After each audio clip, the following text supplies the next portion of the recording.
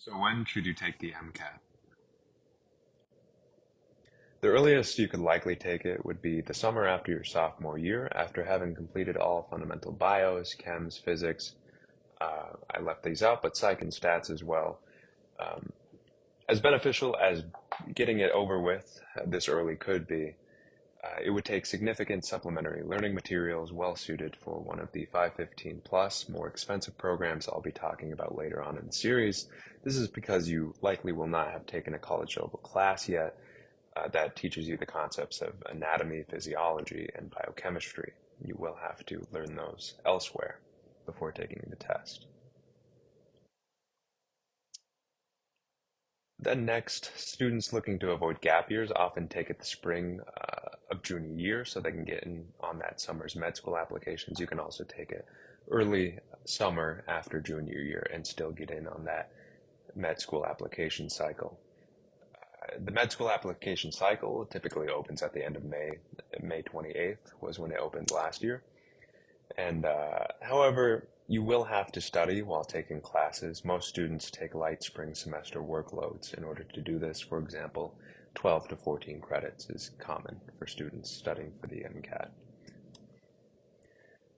Next, if you're planning to take a gap year, before or after senior year is perfectly fine. Just remember, keep in mind that those med school application cycles open at the end of May. So if you only want to take one gap year, you still have to apply by that summer after you graduate senior year. But the beauty of this is that you will have taken all your prerequisite courses. You'll probably be more comfortable when you're studying and have seen more scientific literature from those upper level bios and chemistries or whatever your major is here at St. John's.